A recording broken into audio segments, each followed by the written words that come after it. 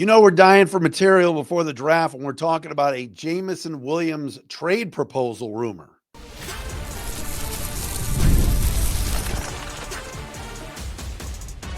You are Locked On Lions, your daily Detroit Lions podcast. Part of the Locked On Podcast Network, your team every day. All right, let's do this, everybody. Matt Derry with you on a Tuesday edition of Locked On Lions, Locked On Podcast Network. Today is tax day, Tuesday, April 15th, into Wednesday, April 16th. Thank you for making us your first listen and checking us out wherever you get your podcasts. Shout out to our everydayers that are out there that either watch the podcast on YouTube or listen, maybe on Spotify, Apple. Appreciate all the everydayers out there. My guy, Marty Janney. I met Marty last night at an undisclosed event. And appreciate him being an everydayer and checking out the podcast daily. Locked On Lions today is brought to you by FanDuel. Right now, new customers can get $250 in bonus bets when you place your first $5 bet and it wins. Go to FanDuel right this second. We got Pistons playoffs. If you missed Ku Cahill, the proprietor of Locked On Pistons, he joined us yesterday. Talk a little Pistons just at the end of the show. We appreciate Ku coming on.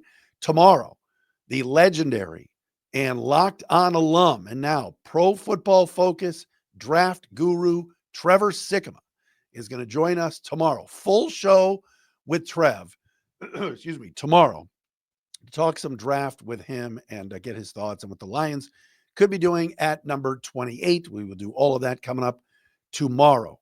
You know what? I didn't even fix our trusty backdrop here. We got to do that. I apologize. All right, coming up on the show today. Oh, my goodness, with my voice today.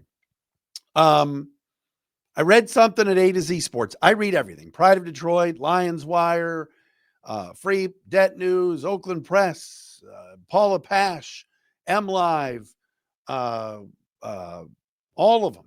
The Athletic. And I saw today on A to Z Sports with Mike Payton, who covers the Lions for A to Z. He proposed that it's a possibility that what if the Lions traded Jameson Williams? We will discuss that momentarily here on Locked On Lions. Got to get into some more wide receiver talk. Dan Campbell and Brad Holmes were at the owners' meetings a couple of weeks ago, and both reiterated that there's a chance that this team could be adding a young wide receiver. So we're going to do a lot of wide receiver chatter today. Little mock draft roundup. We will do that as well. And also our call of the day. If you want to be our call of the day, you can be. Just go to www.speakpipe.com/Derry, D-E-R-Y, my last name, podcast page. So speakpipe.com/Derry podcast page. Leave a voicemail. We will play one likely Thursday on the show. And appreciate all of you chiming in on the old SpeakPipe. All right. Look, I have to do content every day. A lot of the writers have to come up with material every day. It's not like the Lions are drafting second and we're talking about Hutchinson versus Walker or Thibodeau or anything like that. It's like the Lions are drafting seventh. We're sitting here going, now what if the board falls this way and 4 and 5 and 6? And I'm not going to sit here and do Shedeur Sanders talk, which is all anybody on the 4-letter network does. Shout out to my guy, Ross Jackson, host of Locked On Saints, rooting for Shedeur in New Orleans. I want that for Ross. Ross needs that. Ross is a great guy. The Saints are a tire fire. And now Derek Carr might be out for the year. Shedeur in New Orleans would be fun. And I'd be happy for Ross. We're not talking about any of that because the Lions have a really good football team. And the Lions are drafting late in the first round. They're drafting number 28. So Boost Mobile Bumble, Bundle, Royal Rumble, Lakers in 5. There, I had to do that too.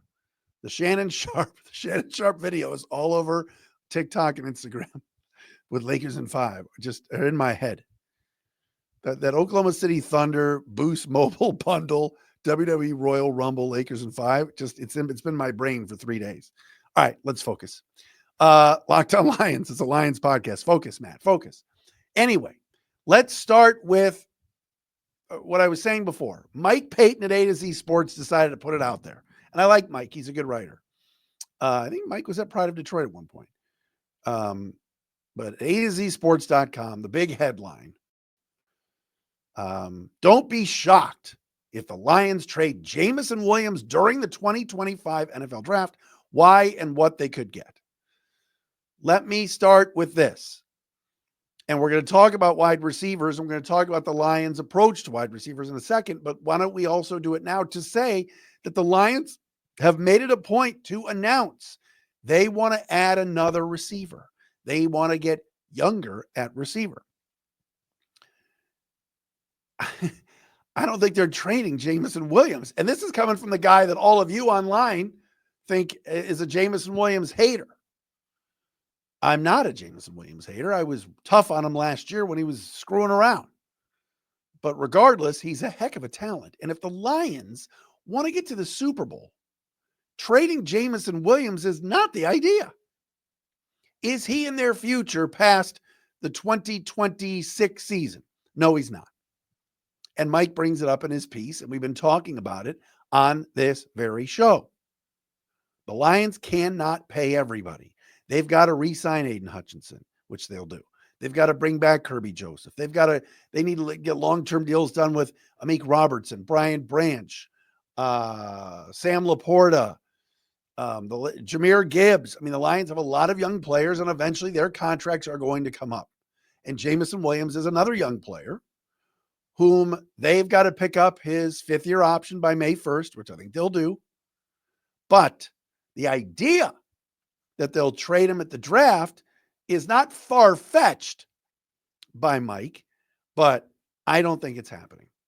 You cannot sell to this fan base, to me, we're going to trade Jamo, we're going to draft a receiver, let's say at 28 or wherever, and that receiver is automatically going to come in and do the kind of damage that Williams can do with the deep threat, on the reverse, carrying the football. I don't see that. I think this is going to be a massive year for Jameson Williams. Remember last year, he was much better than he was the first 2 years, and he had a 1,000-yard season. And I think if you're telling your fan base, we're continually going for it. We're trying to win it all. It's Super Bowl or nothing. I mean, last year they won 15 flipping football games. But trading Jameson Williams does not make you better. Drafting another receiver and having them in the mix, along with Amon-Ra St. Brown and Khalif Raymond and Tim Patrick, great idea. And Jamo. Adding a young receiver and having 5 really good ones. Nothing wrong with that. You want to give Jared Goff every opportunity to be successful. You want this offense under new offensive coordinator, Johnny Moe. You want it to be a success. Trading Jameson Williams at the draft, while I understand Mike's point, and I'm not ruling it out, and I'm not saying, if they traded Jameson Williams on draft night, would I be like, oh my God, I'm stunned? No, I wouldn't be, but I don't think they're going to do it. I don't think you stunt the growth of your team by getting rid of one of the better weapons that you have just because his contract's going to run out in a couple of years and you probably can't pay him. I'm not trading him now. You want to trade him next offseason? If we want to have this same discussion on April 15th, 2026, we can have it. Now, I don't see that. I just don't. I get it. Mike points out that they brought in Matthew Golden for a visit. We talked about that yesterday, the wide receiver from Texas. If the Lions did trade Jameson Williams, hang on, what would they be able to get? I'm just going to go to the article. And Mike points it out at A to Z that the Falcons got a 3rd-round pick and a late day 3 pick for Calvin Ridley when they made that deal with, I think it was Tennessee. So Payton uses this example. He says the Jaguars could use a receiver to go with Brian Thomas. Here's an offer the Lions could get for Jamo. The 88th pick overall, which is a 3rd rounder, and the 194th pick. This would allow the Lions to have an extra 3rd-round pick that they could use to get an edge rusher or a safety. And then, of course, they would be drafting a receiver either at 28 or at 60 to replace Jamo. I don't think that's enough. I don't think that's enough for a player that is this kind of talent. And I think going into this next season where you are putting all your cards in, you're pushing all your chips to the middle of the table. You're like Matt Damon against Teddy KGB. You're going. You're not trading one of your better weapons and a guy that you've had patience with for 3 years and stuck by through all the buffoonery. The suspensions, the near arrest, the grabbing of the crotch as you dive into the end zone. There's a lot of buffoonery. The Lions have stuck by Jamo.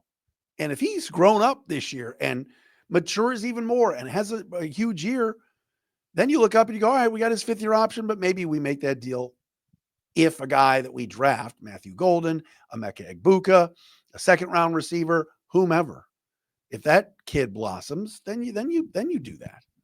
I wouldn't do it right now. So I am anti-trading Jameson Williams. But I do see what Mike is saying and putting out there. It is silly season a little bit as we get around the draft, but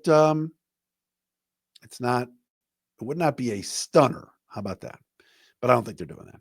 All right, coming up next, what the Lions said about wide receivers. I want to add to that a little bit here. We'll do that here on a Tuesday, Locked On Lions.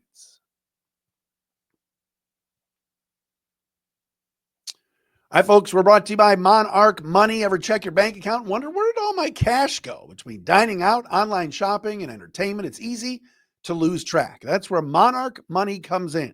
Your personal CFO, giving you full visibility and control over your finances. Monarch Money isn't just a budgeting app. It's a complete financial command center.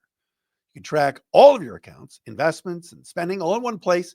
So you stop just managing your money. What you do is you start building wealth. All right. Instead of juggling multiple apps, which everybody has, you can use Monarch. Check your finances, track your spending, and even plan some long-term goals. Take control of your finances with our pals at Monarch Money. Use the code LOCKEDONNFL at monarchmoney.com for 50% off your first year. 50% off. That's monarchmoney.com, code LOCKEDONNFL for half off your first year.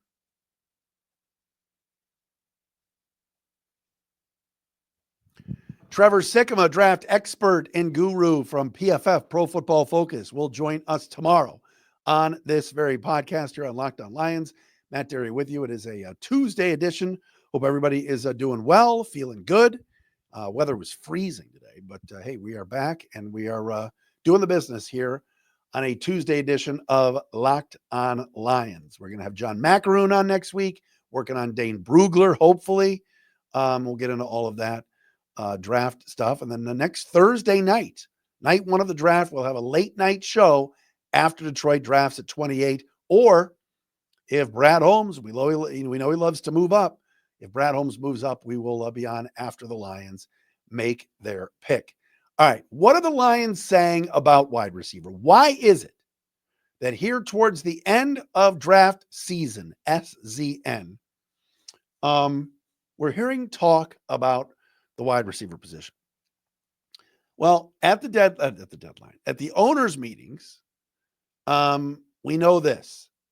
Dan Campbell made it a point, to say, quote, we would love to bring in some competition, particularly some youth. Remember, last year, the Lions had Antoine Green, Doris Fountain, DPJ, Caden Davis. They've tried a lot of different guys, young players, Tom Kennedy, the kid from Eastern Michigan. They've tried just about everything in terms of young receivers to pair with Khalif Raymond, who's been around now, Jamo, and Amon-Ra St. Brown. Last year, they signed Tim Patrick, gave him a 1-year deal from the Broncos, of course, and that worked out well. He did a really nice job and kind of took the place of Josh Reynolds. But Dan Campbell said it about the receivers. Love that group. Quote, love that group, but we were fortunate that we got out last year during the season, for the most part, unscathed as far as injuries and things of that nature. That group, TP, that's of course being Tim Patrick, Leaf, obviously Saint and Jamo, those guys that we've got here are big for us. We would love to bring in more competition, particularly some youth that would help. Let them all mix it up, get in there and see where it all falls. All right. So again, the Lions have met with Matthew Golden from Texas. I've heard they like Emeka Egbuka from Ohio State. Both those guys could be possibilities at 28, although I don't think Golden will be there.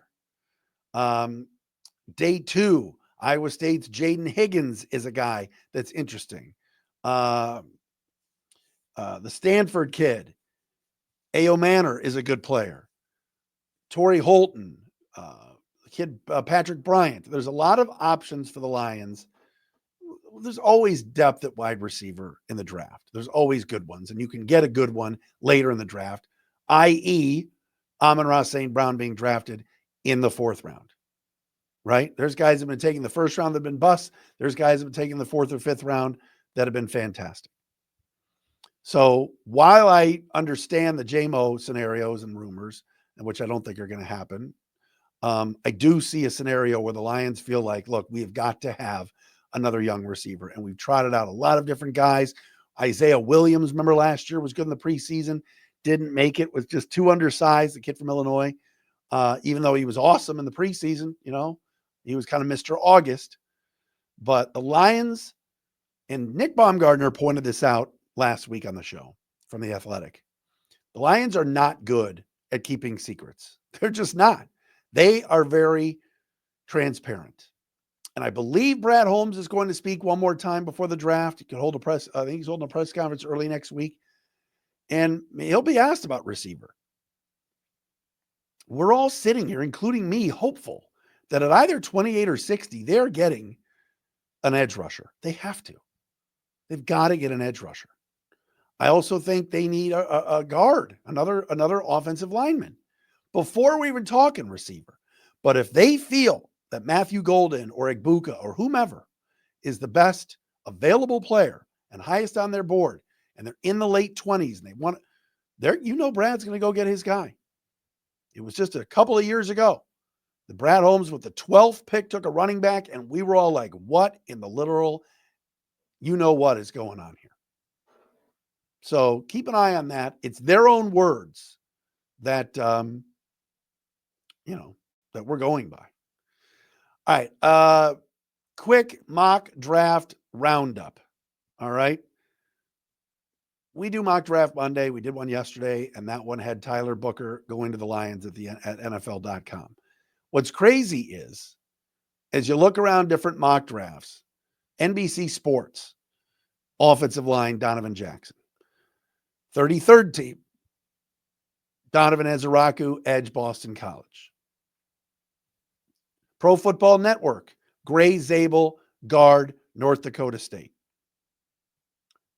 CBS Sports, Jeff Kerr, Kelvin Banks, offensive line.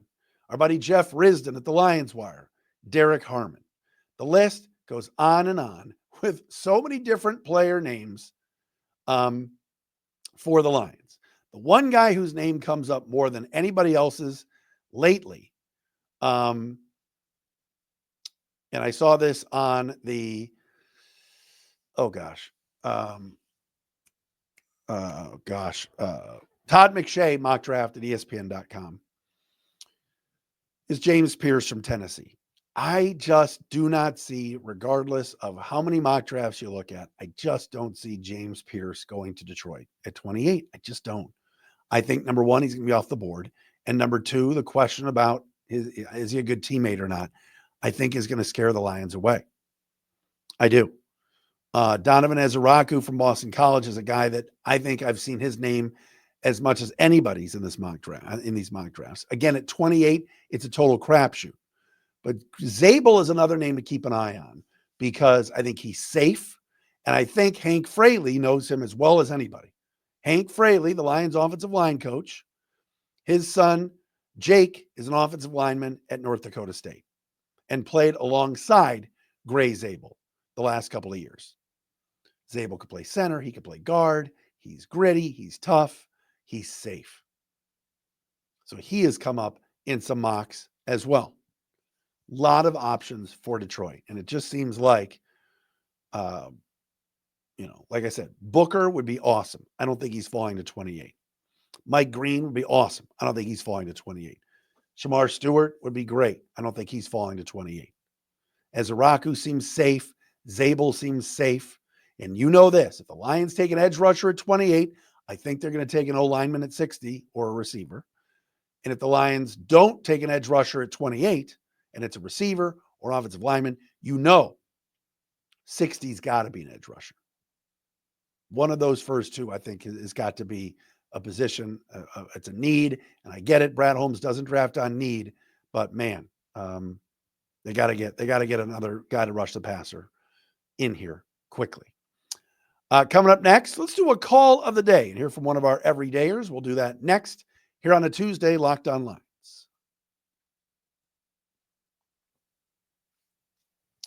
Folks, we got the NBA playoffs coming up. That is a lot of fun. It's almost here. Tonight, we got play-in games, or whatever you want to call them. FanDuel is giving new customers an incredible way to get in on the action. Right now, when you join FanDuel and place your first $5 bet, you'll get $250 in bonus bets if your bet wins. What kind of a deal is that? It's awesome. Love how FanDuel makes betting so easy, right? Whether it's picking your favorite team, like the Pistons for the playoffs, Game 1, Saturday night against the Knicks, or you dive into some player props, three-pointers, steals, assists. You can do all of that at FanDuel. They've got so many ways you can bet on your favorite player. Plus, after the game tips off, if you're late in getting home or you're in the car, whatever, you can even combine live prop bets into a same-game parlay for a chance to win big. Don't miss out. Head to FanDuel.com. That's FanDuel.com. Claim your $250 in bonus bets today.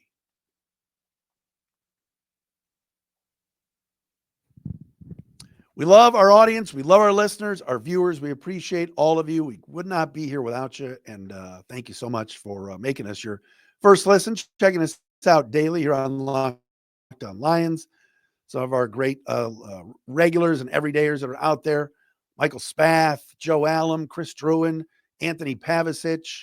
You guys know who you are. Dan Zach, you guys know who you are. Appreciate all of you that are out there and checking out the pod all of the time. Call of the day. This is when some of our everydayers check in and chime in.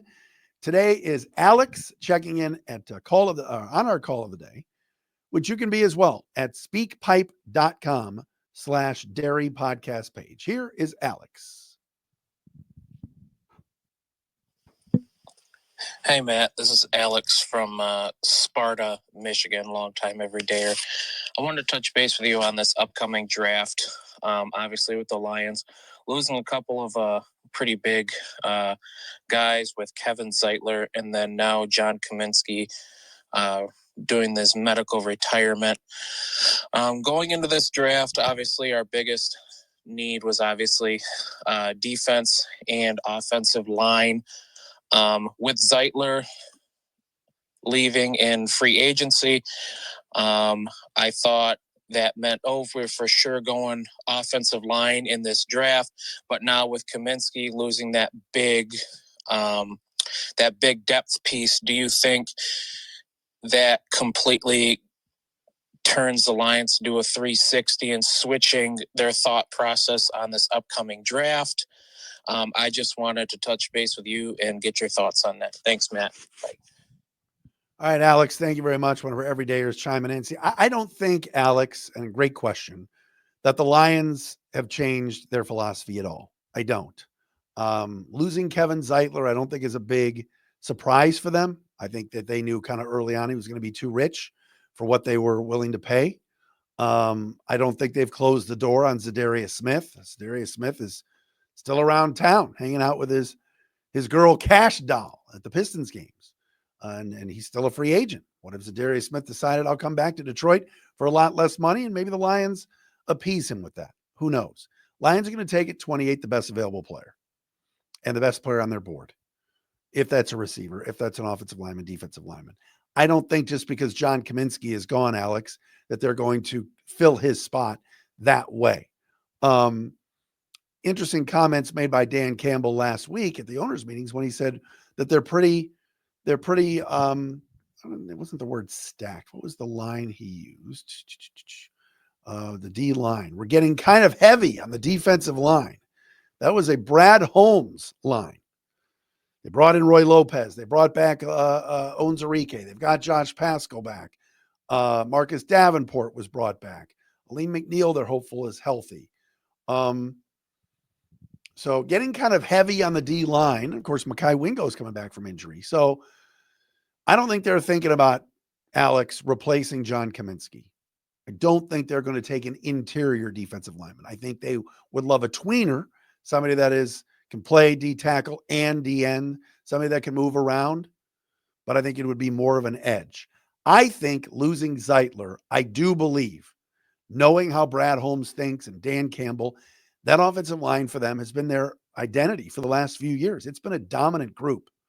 And right now, let's take a step back. Right now, without Zeitler, you're talking about Graham Glasgow starting at one guard spot, struggled last year.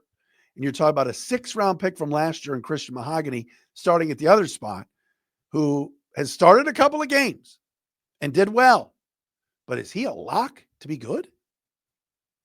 I think one of the first 2 picks for Detroit, either 28 or 60, is going to be an offensive lineman. I have a feeling. I think sometimes we overthink on this show. I overthink on this show. I think Brad Holmes and Dan Campbell know how important it is to protect number 16. If you've got a leaky O-line, and Glasgow's days maybe behind him, and he's struggling, and Mahogany's fine, but he's playing more like a 6th-round pick than he played last year. And your depth there, Awashika, some others, and I know Manu is a possibility, moving from tackle to guard. You took him last year in the 4th round for a reason. But I think the Lions are going to look heavily into another O-lineman early in this draft next week. I believe that. All right, tomorrow, Trevor Sikkema is going to join us from Pro Football Focus. We love Trev, a Locked On alum. I believe he hosted Locked On Bucks back in the day and some other shows. He's a great dude. Going to have Trevor Sikkema on tomorrow. Thanks, everybody, for making us your first listen, checking us out wherever you get your podcasts. Don't forget tonight, after the Tigers and Brewers, check out Jake Riepma on Locked On Sports Detroit with the postcast. We are back again tomorrow.